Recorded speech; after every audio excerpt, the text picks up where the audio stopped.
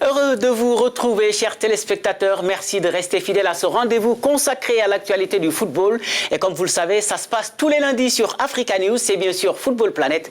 On y va pour les titres. Au sommaire, après la mission d'audit de la FIFA, la CAF bien décidée à revoir sa copie, tout en rejetant les conclusions d'un rapport d'audit faisant état de possibles malversations. L'instance continentale du football a dévoilé un projet de refonte vendredi à Doha au Qatar en marge de la Supercoupe. Une Supercoupe de la CAF remportée par le Zamalek du Caire devant l'Espérance de Tunis.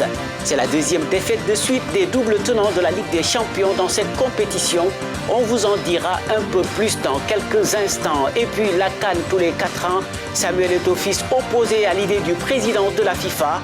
Pour l'ancien capitaine des Lions indomptables du Cameroun, ce n'est pas dans l'intérêt de l'Afrique de changer ses vieilles habitudes. On y revient en détail tout à l'heure. Le développement, c'est tout de suite. Bienvenue dans cette émission. La malédiction se poursuit donc pour l'Espérance de Tunis en Supercoupe de la CAF. Les Tunisiens ont été encore battus vendredi à Doha au Qatar, cette fois par le Zamalek du Caire. C'est leur deuxième revers consécutif, le 4e de l'histoire. Le résumé avec Erika Josia-Maquette et Claudian Sono. Le doublé d'Achraf Becherki a permis aux Égyptiens du Zamalek de remporter pour la 4e fois la Supercoupe de la Confédération africaine de football en battant l'Espérance de Tunis 3-1 vendredi à Doha au Qatar. Les Égyptiens ont ouvert le score dès la 2e minute de jeu grâce à un but de Youssef Obama avant l'égalisation de Raouf Benguit sur pénalty à la 54e minute. Mais la victoire du Zamalek s'est dessinée 4 minutes plus tard avec le doublé d'Achraf Becherki aux 58e et 90e minutes. Vainqueur de la Coupe de la CAF il y a quelques mois, le Zamalek succède au Marocain du Raja de Casablanca qui avait battu l'année dernière cette même équipe de l'Espérance de Tunis, toujours à Doha. Il s'agit de la 4e Supercoupe de la CAF remportée par les Égyptiens qui deviennent le 2e club le plus titré derrière leurs éternels rivaux d'Al-Ali et leurs 6 trophées. Car depuis leur sacre de 1995, les Tunisiens ont enchaîné 4 défaites en 1999, 2012, 2019 et donc cette année. En tout cas, ils devront encore attendre pour glaner leur seconde médaille d'or dans cette Supercoupe de la CAF. Et ça nous promet une double confrontation excitante entre les deux clubs dans quelques semaines en quart de finale de la Ligue des Champions. D'abord au Caire le 28 février, puis à Tunis le 6 mars. Et puis un homme est entré dans l'histoire de cette Supercoupe de la CAF, c'est l'entraîneur du Zamalek, Patrice Carteron. Le technicien français est tout simplement devenu le premier entraîneur à remporter ce trophée 2 fois de suite avec 2 clubs différents après son sacre l'année dernière avec le Raja de Casablanca face justement au même sang et or de l'Espérance de Tunis. Et on reste sur le continent pour parler du projet de réforme présenté vendredi par la CAF, décidé à changer sa gouvernance, comme l'a suggéré la secrétaire générale de la FIFA, Fatma Samoura, à l'issue de ses 6 mois d'audit. L'instance continentale du football a par ailleurs rejeté les soupçons de détournement, comme nous l'expliquent Armel Kenga et Eric Cotin. La CAF n'a pas du tout apprécié les doutes de PricewaterhouseCoopers sur la gestion de ses finances. La semaine dernière, le cabinet a exprimé dans un rapport son inquiétude sur des irrégularités financières de l'ordre de dizaines de millions de dollars liées à l'utilisation généralisée des paiements en espèces. Par exemple, sur 40 paiements évalués à 10 millions de dollars provenant des fonds de développement de la FIFA, 14 d'un montant de 4,6 millions de dollars n'avaient pas ou peu de pièces justificatives pour déterminer le bénéficiaire, l'objet et les avantages de la CAF, souligne le rapport. Des allégations qualifiées vendredi à Doha au Qatar de fausses et non fondées par le comité exécutif de l'instance qui clame de la transparence dans l'utilisation de ses finances. Ce qui n'a pas empêché la CAF d'avancer dans ses travaux et de planifier sa feuille de route de l'année prochaine avec la présentation d'un plan dénommé « Transformer la CAF 2021 ». Le projet comprend 4 axes, à savoir l'organisation et la gouvernance, les compétitions, l'arbitrage et le développement des infrastructures. 17 des 122 mesures présentées comme prioritaires doivent être finalisées en juin 2020. Et pour analyser tout cela, nous avons en ligne de Douala au Cameroun notre consultant Yves Tchamadeu. Heureux de vous avoir encore une fois de plus dans cette émission, Yves. Alors tout d'abord, que vous inspire ce projet de refonte présenté vendredi par la Confédération africaine de football? Déjà bonjour Sambou et bonjour à tous les téléspectateurs. Je pense qu'en tant qu'Africain et en tant que quelqu'un qui suit cette actualité sportive, il est important qu'à chaque organisation, on ait une certaine réinvention dans le fonctionnement. Parce que seul le dur acquis ne pense pas à se réinventer. Et à partir du moment où il y a un système qui perdure, avec le temps, il devait avoir développé certaines failles. Donc il faut absolument créer des innovations et se réinventer pour faire avancer les choses. Parce que la transparence du football africain et la clarté dans la gestion, à mon sens, sont des éléments importants pour pouvoir permettre à ce football de réellement se développer et de donner notre visage, notre connotation et valeur de l'équipe qui constitue cette affaire.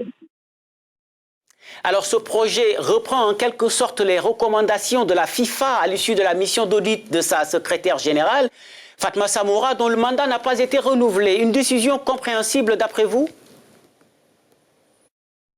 Oui, déjà, je le comprends déjà. En même temps, c'est ce dont je voudrais souhaiter, parce qu'à un moment donné, je fais partie de ceux qui pensent que le football africain doit se gérer par nous, les Africains, et ceux qui, là, sont légalement élus à la tête de cette instance, c'est clair, parce que je pense que ça fait partie aussi d'une sorte d'indépendance, une sorte de souveraineté, de gestion en ce qui concerne les affaires du football africain.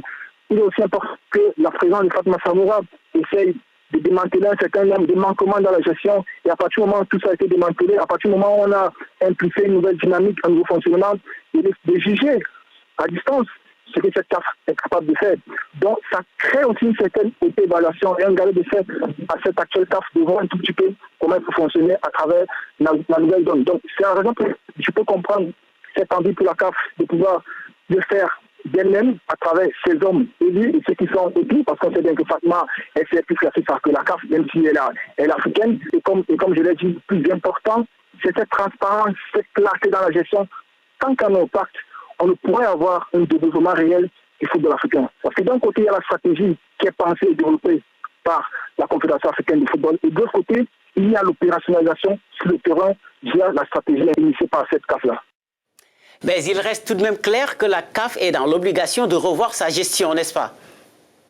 Bien sûr, il est clair, parce que quand on essaie un peu de voir tout ce qui... On ne va pas revenir sur les casseroles qui ont, à mon sens, animé la presse ces derniers temps, mais il est clair qu'aujourd'hui, la CAF a besoin de faire un toilettage sur le plan de gestion. Ça, c'est inéluctable, parce qu'on sait tous combien il y a eu quelques casseroles. On a vu le rapport récemment donné par une instance d'enquête autour de cette gestion du football africain. Et je pense que si à un moment donné, subvention donnée par la FIFA, s'ils n'ont pas une orientation assez crédible et assez utile pour le développement du football africain, il est clair que sur le plan de la gestion, il y a un gros souci. Et on ne peut rien faire, mon cher Sambou, ça il faut le dire, on ne peut rien faire sur le plan opérationnel avec résultat si déjà sur le plan, il n'y a pas une certaine transparence, il n'y a pas une certaine clarté dans la gestion pour faire avancer le football africain, parce que je pense qu'aujourd'hui, il faut donner une nouvelle couche à cette CAF sur le plan de la gestion. Je ne vais pas entrer dans les détails de ce rapport, on le sait tous, ce qui a été démantelé, on a besoin d'une nouvelle couche. Et si aujourd'hui, la CAF est conséquente de ce que Fatma a apporté au niveau de sa refonte dans la gestion, il faut absolument qu'on passe à une sorte d'implémentation, surtout dans une certaine indépendance pour la volonté de faire avancer le football africain. Merci beaucoup Yves, on espère vous avoir encore dans nos prochaines émissions. À très bientôt. À bientôt, c'est moi qui vous remercie pour le bonheur et l'honneur que vous me faites, mon cher Sambou. Yves Thiamade, consultant en sport, qui nous parlait de Douala au Cameroun. Et puis sachez que malgré la polémique qui l'entoure, la CAF n'a pas évoqué la proposition du président de la FIFA d'organiser la CAN tous les 4 ans, une idée que ne partage pas du reste Samuel Eto'o-Fils, qui l'a fait savoir ouvertement. Pour l'ancien capitaine des Lions indomptables du Cameroun, Gianni Infantino a manqué de tact en émettant cette idée qui, selon lui, ne profiterait qu'à l'Europe et non à l'Afrique. Ils veulent avoir à disposition les Mohamed Salah, Sadio Mané ou Pierre-Emerick Aubameyang. La FIFA défend l'intérêt des clubs européens, a notamment déclaré l'ancien buteur du FC Barcelone sur RFI, un sujet qui n'a pas encore fini d'agiter la planète foot africaine. Et puis, sachez que la semaine prochaine, nous reviendrons sur le tirage au sort du CHAN Cameroun 2020 effectué ce lundi. Mais avant, parlons de l'équipe nationale U20 du Congo qui était ici à Pointe-Noire pour une mission de détection. Notre reporter Philomène Ballet est allé à sa rencontre. Suivez son reportage avec Jean-David Miablé. Ils étaient plus d'une centaine à prendre d'assaut le stade de Pointe-Noire pour tenter de saisir leur chance d'arborer la tunique des Diables Rouges U20 du Congo. C'est à l'appel du staff technique de l'équipe nationale que ces jeunes joueurs ont fait le déplacement le 14 février pour participer à la présélection. À la fin de ceci, nous allons comparer cela à la supervision des matchs du championnat qu'on a eu à faire depuis dimanche, quand nous sommes arrivés. Et ça nous permettra de choisir les meilleurs qui vont nous rejoindre à Brazzaville d'ici 2 à 3 semaines. Et les joueurs présentés à cette présélection restent confiants dans leur rêve d'intégrer l'équipe à l'issue des tests. Avec les autres, ça s'est bien passé. Et ça a été parfait. On a joué ensemble. Vraiment, j'espère que ça ira mieux. On va nous sélectionner. Ce que nous a impressionné, la première, c'est la taille des gardiens. Ça nous a vraiment fait sourire. Et le reste, il y a des petits tripoteurs. Pas des amuseurs, on va prendre les tripoteurs qui nous donnent quelques idées et puis bon, nous allons regarder. Il y a aussi un avant-centre. Il y en a un, il y en a deux. Il y a 2 milieux et puis c'est ce qu'on va voir. Le staff technique espère à travers ces tests de présélection donner un nouveau souffle à l'équipe U20 du Congo. En début de semaine, les équipes nationales féminines U20 et seniors étaient également à Pointe-Noire pour les mêmes raisons. Et c'est cet élément qui met fin à cette émission à retrouver sur notre site web www.africanews.com. Je vous donne rendez-vous lundi prochain pour un autre numéro de Football Planète. Excellente semaine à vous. Au revoir.